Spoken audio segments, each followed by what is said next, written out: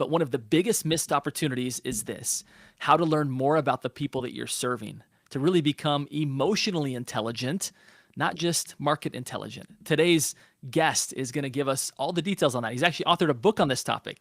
He's sold over $2 billion worth of sales by mastering this one thing. It's going to be a great episode. Again, if you want to master how to work with buyers, how to work with people in general, this episode's for you.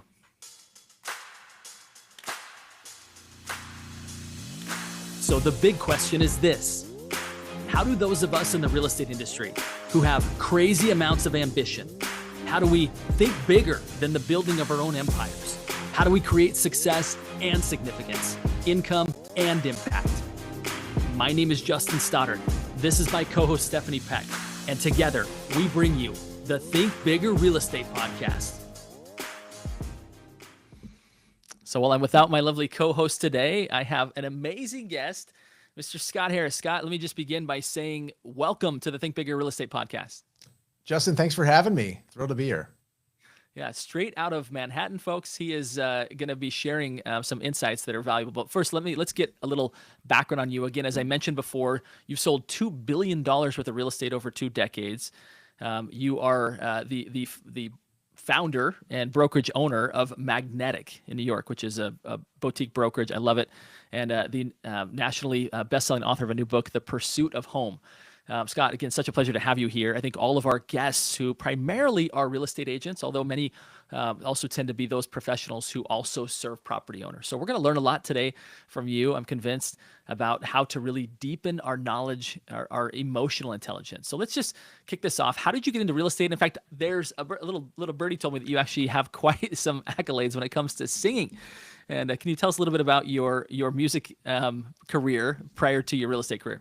Sure. Well, first, let's just say that my career, as it laid out, as it was happening, no one would have said, "Oh, you're going to be, a great real estate agent." I started in the music business after college. I was putting bands on the road. I ended up putting my own band on the road, and we were traveling all around the country. But I was learning a bunch of skills about not just how to sell a difficult product, a band, like who wants to put a band into a bar or a concert hall or whatever, but also the people. How do you manage people on the road? How do you get people to come to decisions when it's not such a consequential decision like buying a home? And I made that move from Boston. I was living in Boston for about 6 years performing and touring. And then I moved to New York.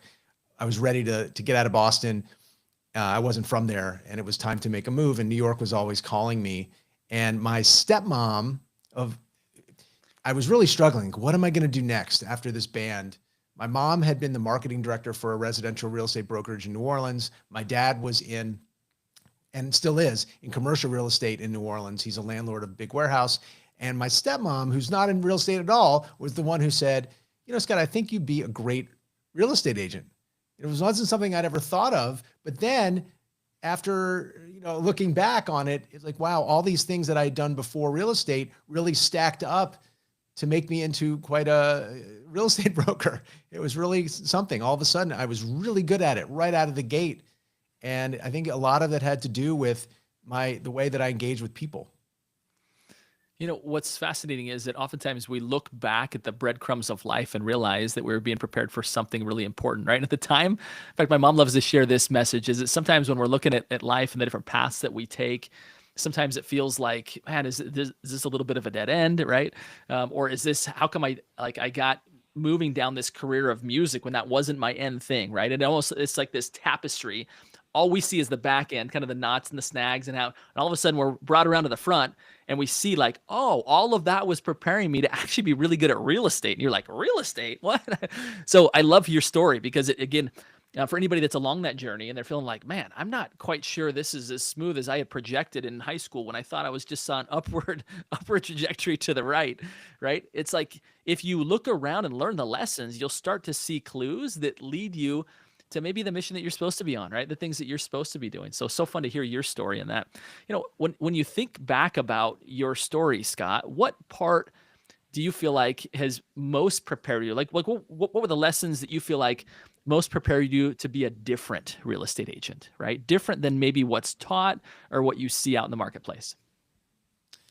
One of the things that I think really separates me is my level of curiosity. I spent so many years touring the country, meeting people of all different walks of life, people in little tiny towns. We performed a lot of all ages shows, even at a lot of schools, met a lot of school teachers and just regular people. And through all of that, I discovered, there's something about everybody that you meet that is special, interesting. They have something about them. They have a story that's worth learning about. And I think that curiosity about people and what makes them tick, and frankly, how I can help them, not just in real estate, but just in general. I have a real like burning desire to help people. And real estate is the vehicle that seems to be the most lucrative, but I've always been a person that's wanted to help. And so it's about bringing people together. I listened to one person's story. Okay, they're looking for a job. I've helped people get their first jobs. I've helped people get their biggest clients. I've helped connect philanthropies to people who want to donate to them. So it's about making matches on a much bigger scale, thinking bigger, as you say, as you like to say.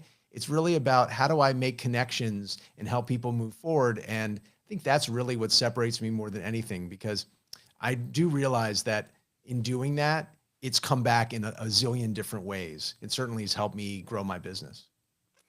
It's fascinating. It's almost like you're playing a bigger game than most people, right? I want people to consider this, that while they're polishing up maybe their listing presentation or their script on this or that, right? Scott's up here, step back at a higher level and saying, who's the human behind this home? Who's the human behind this? Who are they at the core? And what is it that they're looking to accomplish? And how can I connect them to that? How can I be a value add to their life, which makes me as the choice of real estate agent obvious, right? It's like, while people are again quabbling over this and that and this little detail, it's like, step up, think bigger, and how can I move this person's life forward, right? Is that maybe a fair assessment of kind of how you go about doing things? I mean, you put it beautifully. Maybe I was just so oblivious to the fact that most real estate agents on average, when I started, were making like $40,000 a year. In my band, I only made like 25. So I started in real estate. I had no preconceived notions. I just knew I liked helping people. And I always loved real estate. I thought I might be an architect when I was 9 years old, drawing pictures of brick houses. And I grew up in one of the most architecturally interesting places in the country. I grew up in New Orleans. So I was surrounded by real estate, and my parents, all the things they were doing. I just got into it wanting to help people.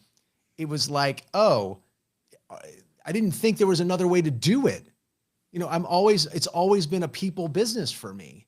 And of course, I'm sure we'll get into it, but there are table stakes. You have to get a certain level of knowledge and constantly be nurturing that. But the people in front of you are making ultimately an emotional decision. Everybody thinks, oh, this is a transaction. I think that's the mistake that a lot of people fall into. And the transaction layer is like the tiniest little layer on top. But the big bulk of what's going on is an emotional journey that you're, as an agent, that you're taking them on. And that's what I discovered over time. So that's a long answer to what you said, but yes, absolutely. Playing a bigger game about helping people. Yeah, it's beautiful. And I think for anyone who maybe feels the grind of real estate, like, ah, man, these past couple years have been hard, rates aren't cooperating, yada, yada, yada. I think while everyone's in that spot, I think where maybe real gratification can come and real meaning and purpose isn't by having another award that you put on your shelf of being the top producer this, top producer that, but it's how impactful can you be in the life of somebody, helping them get the job that turned into a career, right? That changed the trajectory of their family situation. Like all of a sudden it's like, wow, I thought I was just showing people houses. No, this is so much bigger, because you're connected to people on such a more intimate level. When you're helping them find a home, you have to know, right, what's important to them in their life, what's happening, and what their goals are. All of those things allow you to play such an integral part if you, like you said, are curious enough and care enough, right? Those are two components that I caught from you, that you've got to be really curious, and then you've got to actually care enough, right? And the thing I love about the way you do business, Scott, is it's so transformational. It's not transactional. It's like, how can I help transform these people's lives. And I think when you come in with that mentality, right, business, I would imagine, and you can tell me after having sold $2 billion worth of it, that it starts to flow much easier than when you're just out looking for transactions. Is that a fair way to put that? I mean, I'll tell you a story. Okay. I got a call, right. Like it was the Friday after Thanksgiving, and these are good clients of mine and friends. And he's like, Scott, I need to talk to you. I'm like, what do we need to talk about right now? Well, it turns out he's been trying to sell a condo for his mom who went into an assisted living facility, and it's not selling. He's like, I don't know what's going on. Can you please help me? And of course, I'm not a real estate agent in Florida. I'm a real estate agent in Manhattan. But you know what I did? I have a really wonderful network. I said, does anybody know an agent in this area? I got a couple of numbers and I called them and I got some more information. It turns out they're mispriced. It could be a lot of different things. In this case, it's just a price issue. And so we got on the phone and I walked them through it. You know, because sometimes you can just approach it. How can I help this person? And there's no direct payoff. But you know what? Like, you're planting seeds for the rest of your career. And sometimes if you go in thinking, hey, I'm making deposits in the bank of the universe and the interest comes back from all different places, that kind of mindset serves you in such a bigger way. Because, sure, I'm getting a referral fee if I refer him an agent in this little town, and this is a $200,000 house or a condo. It's about service. And if you kind of look at it in a bigger way, then yeah, it ultimately, you're playing, like you said, it's just a much, much different game, a more fun game. You're adding value and you're doing something that you can't necessarily see tomorrow, but you know it in your gut. Hey, I just did something really good and helpful. So good. I want to go back to this concept about people are really making an emotional decision. Yeah. I shared with you something that I heard this past week that was fascinating. That when people have like a traumatic brain injury that impacts the portion of the brain that deals with emotion, where they really don't have that anymore, those people have almost an impossible time. Like, they really cannot make a decision. You could put all these great decisions in front of them and they can't, right? It's not because the logic part of their brain isn't working. They can identify like that one is logically better, but because they can't emotionally connect to that thing, they cannot make a decision, which is fascinating, right? Because again, we spend so much time trying to become more intelligent, right? And what you are really honing in on is that there's something actually much more important, which is becoming emotionally intelligent. I've been identifying what actually moves the heart, what makes people really care about something. And by doing that and impacting and adding value in that area, all of a sudden, you're able to help people make decisions. And I don't know, any thoughts on that? I know that was something that was interesting to both of us. That study blew my mind, and it really just reinforces what I know, is that people take an emotional decision and then they dress it up in the language of transaction. They dress it up in the close of a transaction. They want to pretend like it's a transaction when it really is something else. I mean, I want to go back to my friend in Florida. He's struggling emotionally because his mom is far away from him. He lives in New York, and this is just weighing on him. It's not about whether the apartment sells for $225,000 or $190,000. That's not going to change his life dramatically. But having the peace of mind to know that somebody really has their interest at heart and can help him make this important move so that they don't have this apartment that's just sitting there vacant. It's not about the money. I mean, at the end, yes, money plays a part, and an agent has to really know their business and their market. But if they forget the emotional piece, if that guy didn't think I cared about him and his mom and his family and what their goals were, he wouldn't have called me in the first place. Yeah, you would have never even started the process, right? That's right. They might have chosen someone who was convenient online versus, right, somebody who can actually, again, is curious enough and cares enough to actually learn the situation, find out what really matters to people, and deliver that, right? I think sometimes we are trained we're trained to be, or we're told what matters, right? Oh, what really matters is this component of a home or this component of the price or this component, right? Whereas we never stop to actually ask what people actually care about, right? What matters to them. Would love to hear again. You've written this incredible book. We'll be sure and put in the show notes a link to it, right? The Pursuit of Home. But what are some other either kind of paradigm shifts or strategies or even tactics that you employ in order to get to this more emotional level of serving clients? The very first meeting, Justin, the very first point of contact, and anybody, any sales training an agent ever goes through says, get the meeting, right? Get the meeting. Mm-hmm. Yes, absolutely get the meeting. But when you sit down at that meeting, the paths diverge. I talked to a guy who runs the Buffalo, New York Association of Realtors, a wonderful guy named John Leonardi. He says there are 152 steps one of my agents came up with to get from A to Z in a transaction. And we were going through the list. And you know what's not on the list? Sitting down with a person and learning what their goals are. And that's the most important thing. The most important. So what I 152, recommend, and not one was ask them right, what matters to them. there's the emotional intelligence that's required to be a good agent, not an okay agent, not a good, but really a great agent, isn't even on the list. Go and look at all of the different checklists out there of what are the questions that you want to ask of a buyer. And it's like, how many rooms? What's your purchase price? Are you pre-approved for a mortgage? All important things. But if you put that stuff up front, it just makes everybody seize up and get defensive.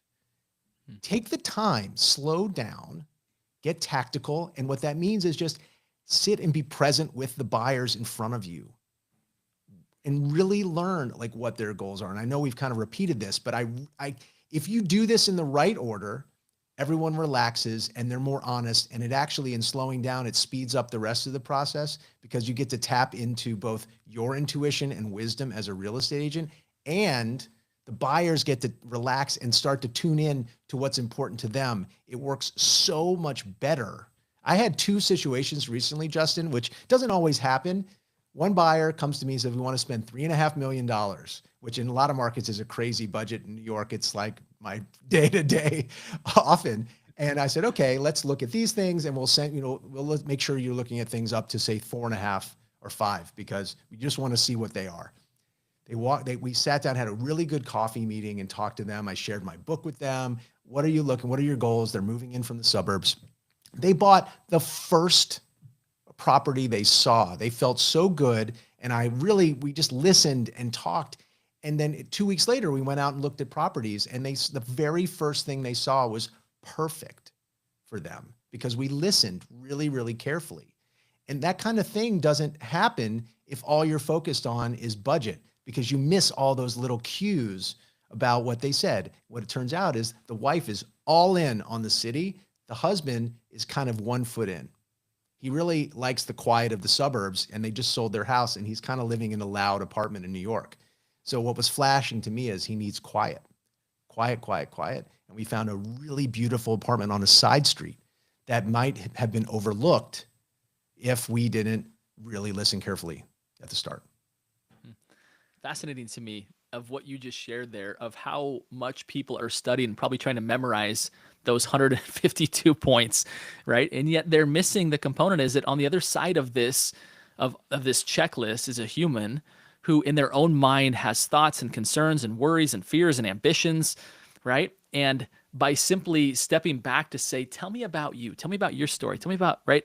And, Yes. and I'd love to hear some even better questions than what I just posed there that get people to really start to open up to where they start to share what they're really feeling, to where you could guide them. Are there any that kind of your favorites, your go-to questions that really get people going down that path? Well, first, to give the tiniest plug of my book, there's some free resources online that are like a buyer checklist. Like, what are the things that you go in wanting to know? And it's the order that I think makes the most sense to have people open up. But if there's a go-to question that I think cuts through even the most transaction-minded, data-oriented people, it's this: what does home mean to you? It's hard to dance around that. because somebody could say, oh, home. They can't say that home is a good deal.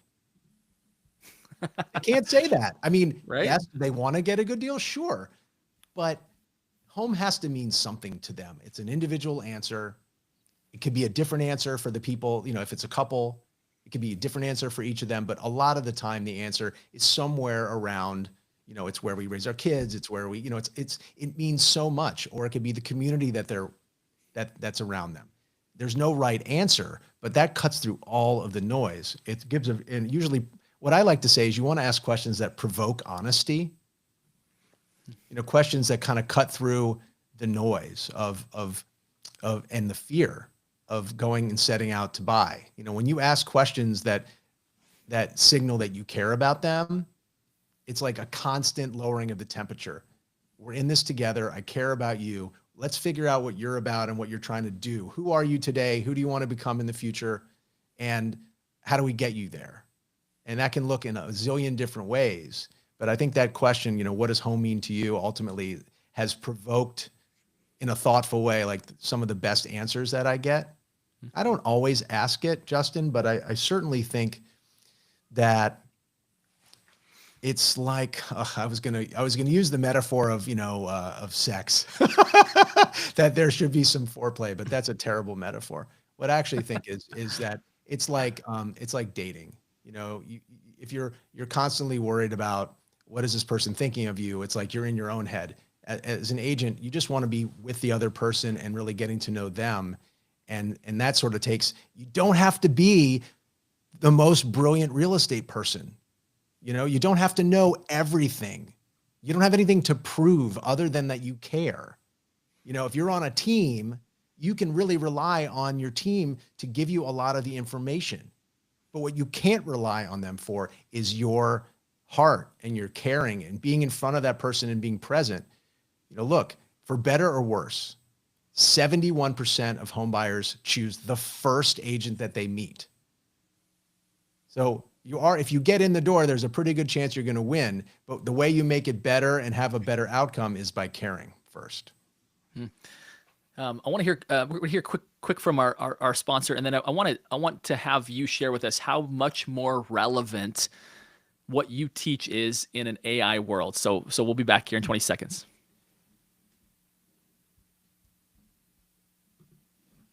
What if I told you that in the next 60 to 90 days, you could have 50 professionals in your local community sending you referrals to ideal clients? If that's of interest to you, send me an email at justin@proinsight.com. I'll tell you how our referral platform is creating that outcome for agents across the country. So again, we live in this AI world where people are able to gain access to be intelligent, right? Faster than ever before.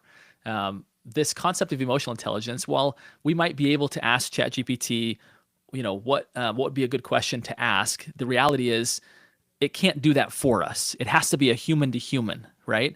So again, how much more relevant is what you're teaching in today's world, where you've got people who are equipped with all of the information in the world at their fingertips, but maybe they're missing this key component?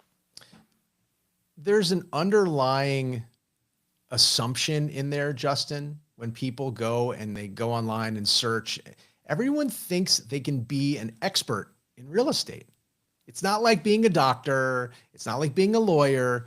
There's something, because we are swimming. It's like we're fish in the water and we don't even realize, okay, we're in water. Like real estate is everywhere. It's home is so omnipresent in our lives that we think we understand it. We spend our whole lives going in and out of homes and everything else. So we want to become experts. The problem is you're trying to be an expert in the wrong thing.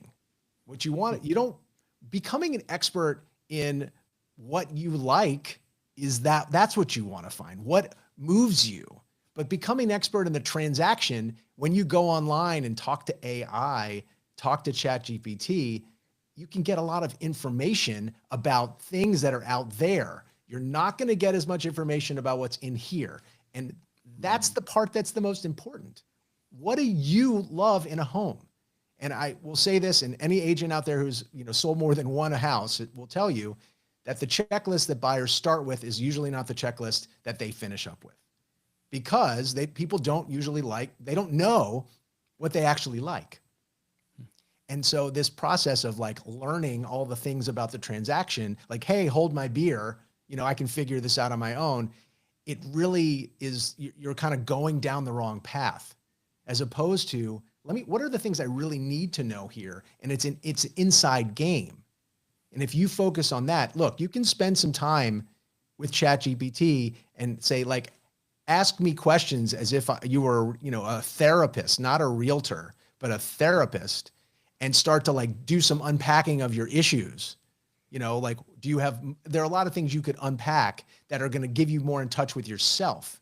That could be helpful for AI to do, but the actual real learning has to happen in the field, looking at properties and seeing what your gut reaction is.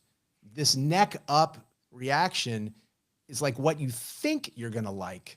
But then, I talk all about this in the book, but if you you walk into a property that's supposed to check all the boxes, you're excited, you're a home buyer, you're like, yes, honey, let's go. This is going to be great. And you walk in and you feel nothing. That happens all the time. What's wrong? Well, what's wrong is that the checklist you thought that was right isn't right. And so there's something else there. There's something else to learn about what you actually are going to love. And it's the job of a real estate agent to watch the people looking at a home. Like, I'm looking at you, home buyer, while you're looking at a house. And if you do that right, then I can see what you're not saying. I can intuit what you actually like, what you're reacting to. And I can say to a home buyer, look, I'm watching you look at this thing and I can tell you don't like it. You might be saying, oh, it's nice. You don't like it. Like, let's leave this house and let's talk about why you didn't like it. Does that make sense? Yeah, it really does. I heard an agent describe the other day. So there's nothing worse than being an agent in a house saying, okay, standing in the living room saying, okay, this is the living room, right? As if that's obvious. Like, what am I doing here? Right. And I think that agent misses the whole point, which is it's not about the living room. It's about the people in the living room. Do they feel like this is their living room? Does this feel like, is this where they feel like at home or not? Right. There's an endless amount of people watching not just entertainment, but people watching education that comes as you read people, right? And try and help them. And the reality is they've never been in that living room before either. They don't know what they're experiencing. And some of them haven't bought a house ever, or it's been a while, to where they're still trying to interpret these emotions themselves. They aren't good at this either. It's not like they go buy a new house every day, right? Like, so this whole process, you're really getting people through, which I know you have a background in psychology, right? So this is probably coming handy. Not that everybody here that's listening, you don't need to have a degree in psychology, but learning from someone who does and has mastered that into real estate can be helpful. Yeah, it's one of these surprises that people take their class, they get licensed, and they think that it's like you go through the listings database and you pick a few and then off you go and somebody buys something. Whereas it's very much not making a match with the property as much as it's making a match with the people.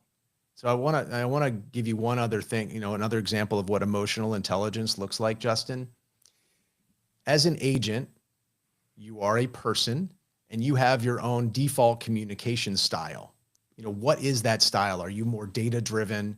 Are you more emotional naturally? Are you more focused on building consensus? We have a little assessment in the book that helps people understand their own communication style, whether they're an agent or a home buyer. As an agent, you have to sort of understand your own communication style, what its strengths are and what its weaknesses are, and then have to do a quick assessment of what the buyer's communication style is. Because if you're emotional and you're like operating of, well, this is a great neighborhood and, this is a great builder and blah, blah, blah, you just give like the bullet points, that data-driven buyer that's in front of you loses trust in you because you're not giving them the data that they need.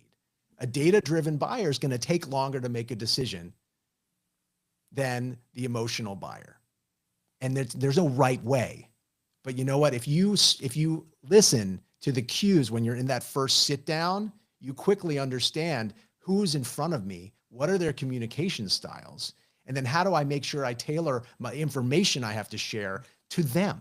And odds are it's a couple, because more than 70% of buyers are couples. They're going to have different communication styles. So you have to find a way to establish your credibility as an agent, make sure they know you know what you're talking about, like throw in little breadcrumbs of confidence and information, but then deliver what you need to say with enough for that you're satisfying both people in front of you so they feel like you're listening to them, they feel seen and heard and understood. Well, what's fascinating too is that, and I'll give an example. Last night, my in-laws have been visiting for the holiday, and they had a question for me. I spent 2 years in Brazil, Rio de Janeiro, and they were asking about the big Christ statue that stands up on the mountain. Like, how tall is it? I don't know. Right, I visited it, but I don't know how tall it is. So I opened up ChatGPT and I said, "Hey, chat," right? And it started like, and we just had this conversation. Their eyes are blown, like, whoa, right? This is crazy. And right. And I think that more and more generations are going to get comfortable realizing that they can have the world's information at their fingertips, right? And if all you do is show up with data without actually connecting to them emotionally and helping them to interpret whatever data through their own life story, that you're going to be commoditized, right? To the point of a bot could do that, right? A robot could do that. And I think I love your emphasis on, again, creating this emotional intelligence and reading the people more than you're even reading the neighborhood. I think all that's important, right? Because some won't have it. And your, of course, on the ground experience will be much more valuable than that, especially if it interfaces with real life human stories that they can emotionally connect with, right? Is that maybe kind of how you see the future playing out of agents who go all in on just data without studying the emotional side of the transaction, which are the humans, are they're going to become more and more of a commodity? The market's always changing. You need to know everything about your neighborhood that you cover, the towns you cover. People expect you to know that. You don't have to show it off. And worse comes to worse, sometimes you really know what you need to know 5 minutes before your meeting. It's not like you can know everything. It's impossible. Why try? I think you should just make sure that you know what you feel like you should know, and then have the confidence of that preparation that goes in. But being knowledgeable about the people in front of you is so much more important than being knowledgeable about every little thing. And I want to give a shout out to agents that aren't, out in my market, we have attorneys that do the contracts, and we have all these different specialists. I don't have to wear the hat of an attorney like so many agents. I don't have to deal with title insurance and all these other things. So, the people out there who become experts in so many things, I want to tip my hat to you. But that's the part that buyers really expect you just to take care of. They don't really, when you sit down after you get to know them a little bit, only then can you say, here's the timeline that you can expect. And you can start to set a little bit of expectations. And then guess what? You can kind of put that stuff to the side. The buyers are like, okay, I'm going to ask. I know that if I ask a lot of questions, that's okay. I know if I trust this person to just take care of it, that's okay too. Whatever the person's personality and what they need, it's fine. Then they can relax and just focus on the information they need to know, which is coming from inside. And you're just a guide, kind of holding their hand or through that whole, which is a wild ride. And that's the part that is the hardest, Justin, is that home buyers today are expecting perfection because they go and look at social media and they go and look at beautiful people on real estate reality TV shows. What they're not seeing is what actually happens in real estate. So the expectation set is higher than ever. And so you are going in, you have to sort of recalibrate them really quickly. Hey, we're going to go into properties and some of them are going to be real duds. And guess what? That's not a waste of time. That's like a ton of learning that goes in, because you can spend some time saying all the things you hate, have some emotion about it and laugh about it. And ultimately, again, to bring it back to your question about AI, let AI be AI, but it doesn't know what construction is happening near the property, what new exciting things are going to make the property more valuable, what schools are good, which ones are getting worse, which ones are getting better. All of this inside scoop that you only learn by being a person. So like lean into being a person, and you have this, the world's information in your pocket. And you can even say like, oh, I don't remember what the last thing this builder built, but we can look it up. Like, I want the things I'm good at are the things you're not going to get here on this. I'm holding my hand up, pretending it's a phone for those of you who are Well, what listening to this. well, what's interesting to me again on this topic of connecting with people emotionally, right? Again, as you mentioned, you've got the world's information in your pocket. Literally, there's no more barrier to entry to having all the knowledge that's out there. Yeah. It's immediate, right? And yet, when you couple that with this deep understanding of how you're describing to connect with people, what happens is you take people on a journey that probably they've never been on in any situation. Most spouses are not good at asking questions to find out what their spouse really wants, right? Right. Like that's the reality is that you're actually leading people to a place they've never been before. And the trust that you get from people when you stop and ask questions that, by the way, they aren't sitting around thinking about answers to these things. They've got emotions and concerns. It's all kind of jumbled up into how they feel that day, right? But until somebody helps them to actually articulate that back to say, oh, this is why I'm feeling excited. This is why I'm feeling nervous. This is why I'm feeling, anxious. And this is what I really want. And here's why I want it. And I never knew that until somebody asked me the question. Like it's such a beautiful process of helping people to actually not just you discover them, but for them to discover them, right? To them discover what they actually want in life. Yeah. I think people and agents certainly make this mistake, but buyers do too, in thinking that all we do as real estate agents is like show properties, negotiate, that it's this like bloodless thing. But the truth is that we wear our transaction hat like 5% of the time. And the rest of the time, we're therapists, we're cheerleaders, we're coaches, we're priests and rabbis and all of these other things. And all of those are emotional hats. It's like such a tiny percentage of the time are we really working with the buyers on the business piece. And the rest of the time, we're navigating the transition that people are going through. And if we, really think about it in that percentage of time, then you're like, wow, I'm really focused on the wrong stuff. And that's okay. In the beginning, I don't want to pretend like I figured this out from minute one. I mean, I made a ton of mistakes. And in New York, I started as a rental agent, which is something that you can probably only do in major metropolitan areas. I was getting commission. Like I said, I probably made $25,000 a year before I got into real estate. And my first real estate year, I did $100,000. And it was because I was hustling 7 days a week, renting apartments. But at the end of that year, I looked back and I'm like, God, this is such a hustle. It's just transactional. And it felt so empty. It felt like, what am I doing? And as soon as I had that epiphany, wait a minute, these are people in front of me. And my first client was this little old Italian lady who had gotten divorced, and she just wanted a place with a nice open view. And we looked at like 50 apartments, and she finally found something that she loved. And like, she was just so over the moon excited about it. And it was so satisfying, even though it was like one of the smallest transactions I've ever done. I think it was a $220,000 transaction in New York. You can't buy a parking spot for that now, right?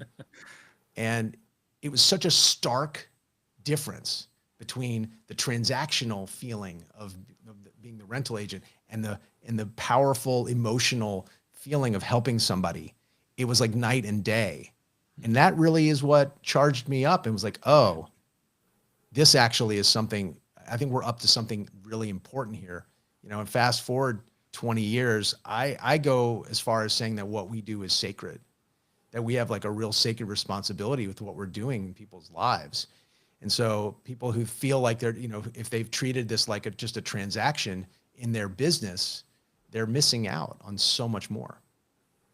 Yeah, not just income, but just pure purpose, right? Purpose. Like that Yes. story of a lady who was, starting over, and you were able to give her a place that she could feel safe and at home when home had been taken from her, had been Yeah. changed entirely. Like how satisfying can that be? I would just encourage everybody that's listening here today to get a copy of Scott's book. PursueYourHome.com is where you should go. I'm going to flash up here on the screen for those that are watching the recording. You'll see that there's actually some free resources. For those that are just listening to the podcast, it's that again, PursueYourHome.com/free-resources will give you even more of a starter kit to get going on this. And from there, I'm sure you'll have additional ways to stay connected to Scott. But let's just give it to him, Scott. What's the best way for them to follow? Can they follow you on social media? What's the best way to stay in contact with you outside of your resources? I happen to have a copy of the book here, so I'll show you. Oh, look at that picture. It's a big. I like it. It's a happy, inviting door, and I call it The Pursuit of Home: A Real Estate Guide to Achieving the American Dream, which is a very aspirational title. And I originally wrote it for first-time home buyers, but what I realized quickly as I was interviewing so many real estate agents about how they do it, great real estate agents from all over the US, I started to realize, wait a minute, this is an opportunity for real estate agents to get into the heads and hearts of home buyers everywhere. What are they actually going through? And I talk about it all the time on social media. If you want to follow me on Instagram, it's Scottie Harris, SCOTTIE Harris. And yes, they can go to PursueYourHome.com and they can get all the free resources. It's actually SCOTTIE. Oh. Harris. Not the Y as some people spell it.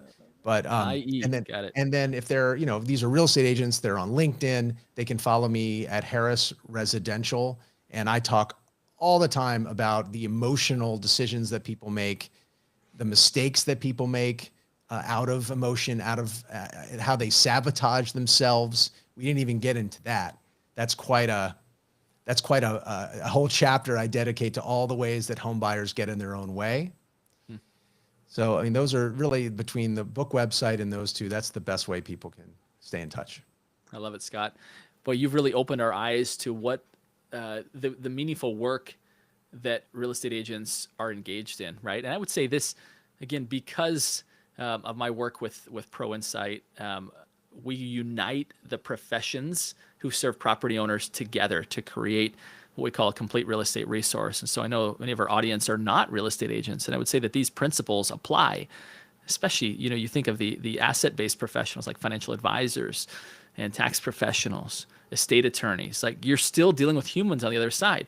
Even, the vetted contractor professionals, you're still dealing with people's homes, right? That, like, there's people. Anytime you're dealing with people, these principles apply. So this is not just a real estate agent conversation. It's really Not for at all. anybody who serves humans, which I would say is most people, right? And what a way to bring more purpose and meaning and just a higher level of service, as we mentioned before, just playing a higher game. So, Scott, can't thank you enough for coming on to the Think Bigger Real Estate podcast today. It's been such a pleasure. I feel like I've got a new friend in the city, and I'm happy that our paths have crossed and that I get a chance to share you with the Think Bigger Real Estate audience.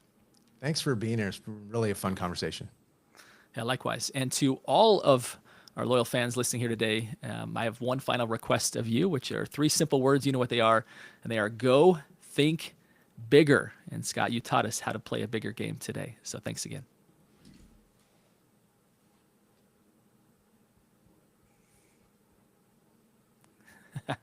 And it's supposed to be playing our outro. So thanks, everybody. We'll just end it there. Thanks, everybody. Talk soon.